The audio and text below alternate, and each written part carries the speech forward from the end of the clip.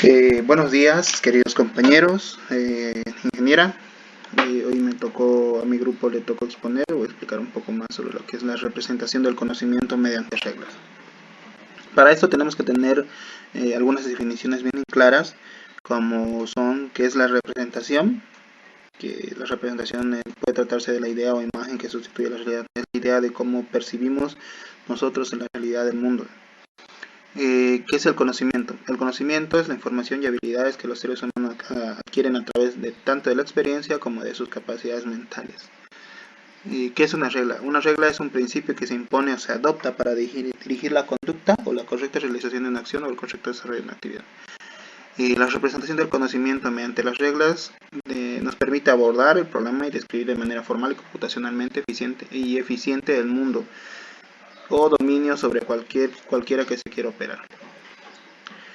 Y aquí tenemos en la inteligencia artificial el conocimiento busca la generalidad de tal forma que puede ser entendido por las personas que operan, modificado para corregir errores y reflejar cambios en el mundo, utilizarse en muchas situaciones sin ser totalmente exacto o completo, caracterizarse en las técnicas de la inteligencia artificial con independencia al problema a tratar, utilizarse separándose de su propio volumen y disminuir el riesgo de probabilidades comúnmente a considerarse.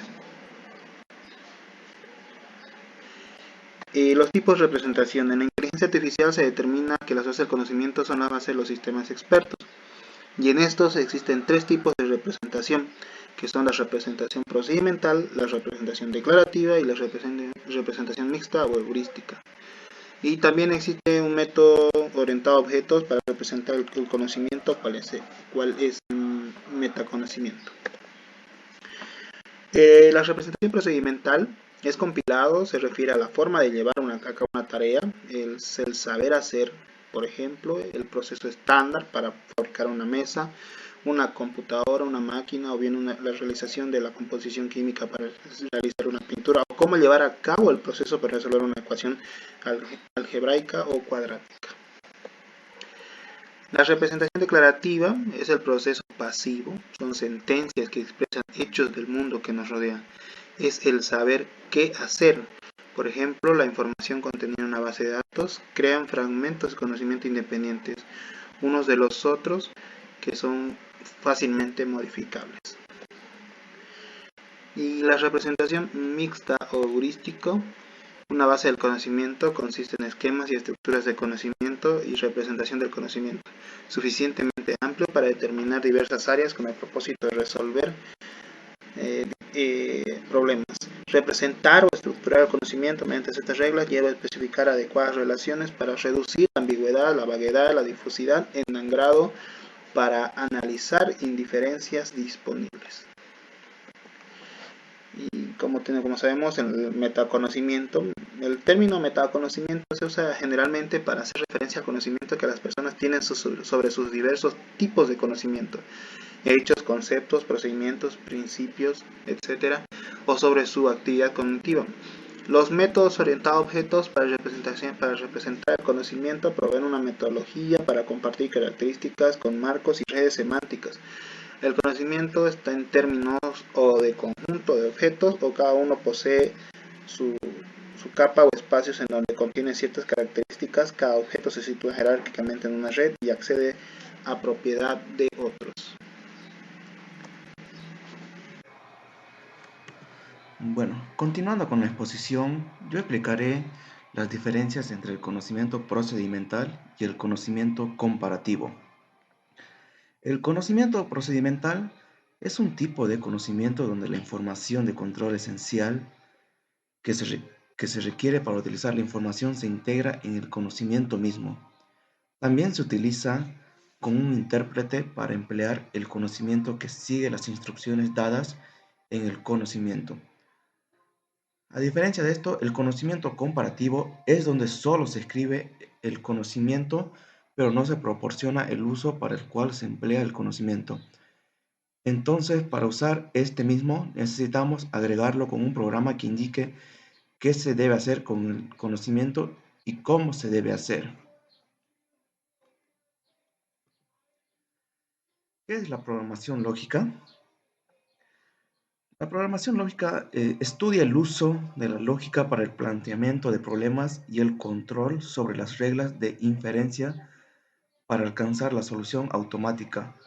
Se puede ver como una deducción controlada. La programación lógica, junto con la funcional, forma parte de lo que se conoce como programación declarativa, es decir, que la programación consiste en indicar cómo resolver un problema mediante sentencias. En la programación lógica se trabaja en una forma descriptiva estableciendo relaciones entre entidades indicando no cómo, sino qué hacer. Entonces se dice que la idea esencial de la programación lógica es la siguiente. Como se puede ver en la imagen, el programa es igual a la lógica más el control. La lógica determina las soluciones producidas y el control forma las alternativas de ejecutar esta lógica. Las características de la programación lógica. Algunas de las características de esta pueden incluir que los programas lógicos obtienen resultados a través de la verdad, si es verdadero o no, y de la deducción lógica de una cláusula lógica es una consecuencia del programa. También se basa en la lógica proporcional o de primer orden, utilizando un lenguaje y alfabeto de primer orden y una serie de normas y reglas de inferencia. Y también busca que una computadora sea capaz de deducir a partir de una serie de premisas. ¿En qué consiste y cómo se aplica la programación lógica? La programación lógica aplica las principales reglas o principios de la lógica en la programación para conseguir inferir conclusiones precisas a partir de una serie de premisas o datos proporcionados. Esta misma consiste en la creación de un algoritmo de programación que contenga una serie de instrucciones para ejecutar una tarea y resolver un problema determinado. De la forma más simple posible, el algoritmo debe facilitar que la computadora pueda resolver el problema de forma eficiente. Primero se plantea el problema para luego ir seleccionando una serie de reglas y normas con el fin de encontrar una solución o llegar a la conclusión de que no hay solución posible.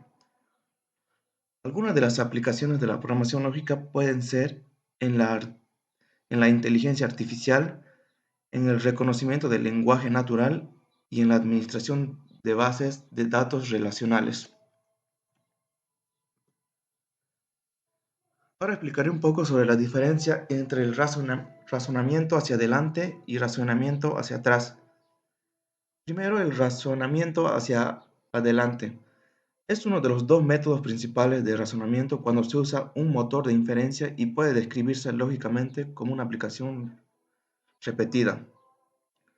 La solución de un problema generalmente incluye los datos y hechos iniciales para llegar a la solución. Estos hechos e información desconocidos se utilizan para deducir el resultado. Los pasos que siguen en el razonamiento delantero son, primero, que el sistema recibe una o más restricciones. Luego, las reglas se buscan en la base de conocimientos para cada restricción. Se seleccionan las reglas que cumplen la condición. Después, cada regla es capaz de producir nuevas condiciones desde la conclusión de la invocada.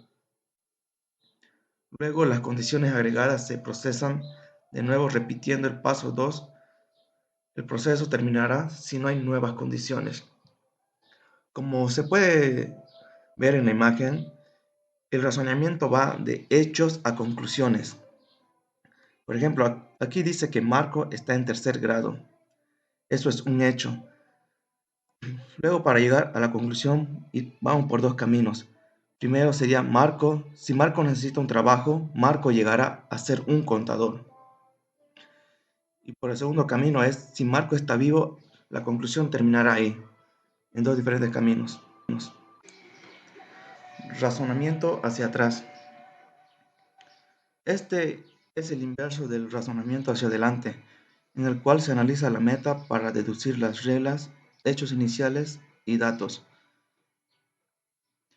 Los pasos que siguen en este tipo de razonamiento son que el sistema elige un estado de objetivo y los motivos en la dirección hacia atrás.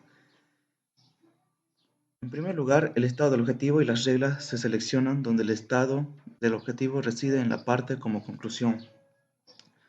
Desde esto, los subjetos se hacen para que se cumplan, para que el estado del objetivo sea verdadero.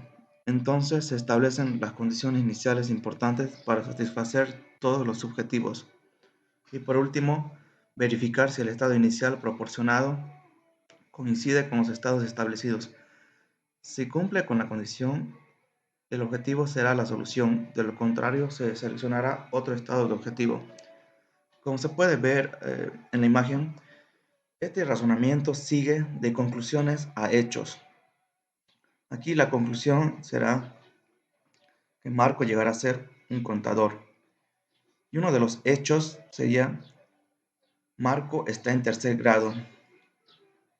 A partir de este punto de la línea roja, simplemente no hay hechos. Uno de los hechos sería que está alguien en tercer grado. Se está preguntando si alguien está en tercer grado y el hecho es Marco está en tercer grado para llegar a la conclusión que Marco llegará a ser un contador. Razonamiento bajo incertidumbre. Para empezar, ¿qué es la incertidumbre? Bueno, esta surge porque se tiene un conocimiento incompleto o incorrecto del mundo o por limitaciones en la forma de representar dicho conocimiento. Por ejemplo, un sistema experto médico, un robot móvil, un sistema de análisis financiero o un sistema de reconocimiento de voz e imágenes. Es difícil cumplir con estos requerimientos utilizando la lógica de primer orden. Pero para empezar, se deben introducir modelos para manejar información vaga, incierta e incompleta. Y es contradictorio, ya que lo crucial para un sistema es que funcione en el mundo real. Ser capaz de razonar sin tener el conocimiento relevante en un campo determinado, utilizando el mejor conocimiento que se tiene.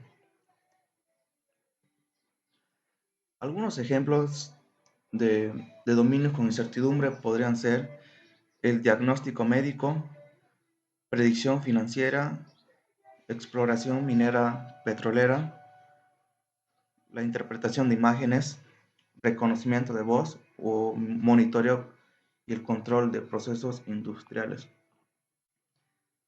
Los efectos de la incertidumbre. Bueno, en esto se pierden varias propiedades de los sistemas que no tienen incertidumbre, basados en lógicas o reglas, lo cual hace el manejo de incertidumbre más complejo. Las principales dos características que en general ya no se aplican son el modular, que es un sistema de reglas. Para saber la verdad de una regla, solo se tiene que considerarla a esta sin importar el resto del conocimiento. Pero si hay incertidumbre, ya no se puede considerar la regla por sí sola, sino que se deben tomar en cuenta las otras reglas. La monotónica. Un sistema es monotónico si al agregar nueva información a su base de datos, estas no alteran las conclusiones que seguían en la base de datos original. El manejo de la incertidumbre. Para tratar la incertidumbre hay que considerarla en forma explícita en la representación e inferencia. Para ello se han desarrollado diversas formas de representar y manejar la incertidumbre. Se han realizado técnicas simbólicas como las lógicas no monotónicas, los sistemas de mantenimiento de verdad y la teoría de endosos.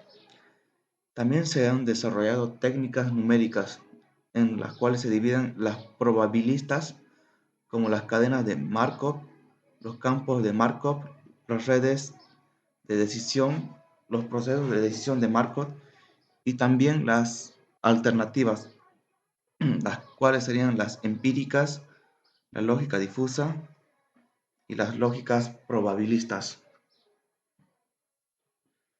Eso sería todo. Muchas gracias por la atención.